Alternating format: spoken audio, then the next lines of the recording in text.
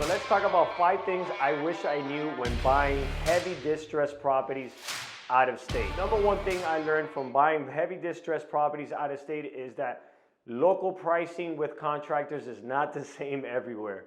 Just because I was used to paying a certain type of price in my backyard does not mean that locally you're gonna find the same pricing. You would be surprised that sometimes prices and labor is much higher. So get to know your local pricing very well. Get to know your local contractors' fees very well. Number 2 is good property management.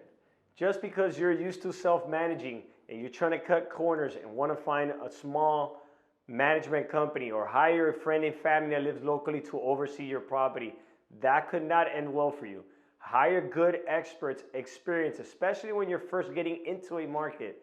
Don't try to experiment and cut corners with self-managing out of state. Just go to the professionals that have a large or a good group of properties that they're managing locally. Number 3, theft.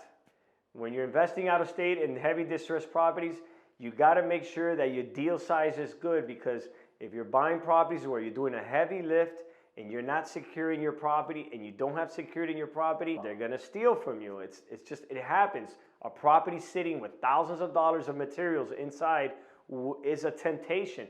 I don't care if it's a Class A neighborhood or a Class D neighborhood. It happens in every neighborhood on vacant properties. I mean, name it all, I've seen it all get stolen. So keeping your property secured is crucial. I've gotten windows taken from my frames. I've had AC units lifted.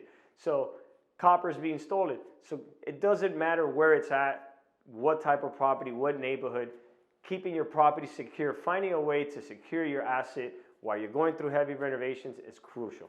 Number 4, if you have a big enough project, don't be afraid to ask your local guys if they would take on a task of taking on a project out of state for you. You'll be surprised. You'll be surprised how many contractors will live or take care of your property while they're rehabbing it out of state. I found that to be one of the best things that we've done for our company. We invite our contractors, give them a good budget, give them a good price where they can work, live at the property while they build. If you get away with that, you're gonna have full-time someone taking care of your property, which will secure from theft. You're gonna have workers that are gonna live there, that are just gonna work on your property. They're not gonna go outside and try to get other contract deals because they're not local guys. They just wanna get back home to their family. So they're gonna grind and put your unit out. That is one of my best advices when buying these heavy lifts. Now, number 5 is absorption rate. So you got your property, you're putting it out, your units are being rehabbed, you're starting to put it in the market. You gotta know what the absorption rate is locally. If you're putting out 30, 40 units at a time, there's a good chance that you're not going to rent out 30 units in 1 month. You got to calculate that absorption rate. How many units is your market going to absorb slowly and gradually? Consider those numbers when you're underwriting.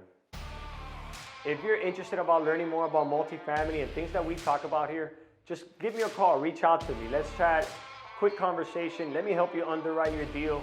Let me help you understand how you're feeling about this industry and what questions you have. Reach out to me at avio@aviobalesteros.com or just give me a call.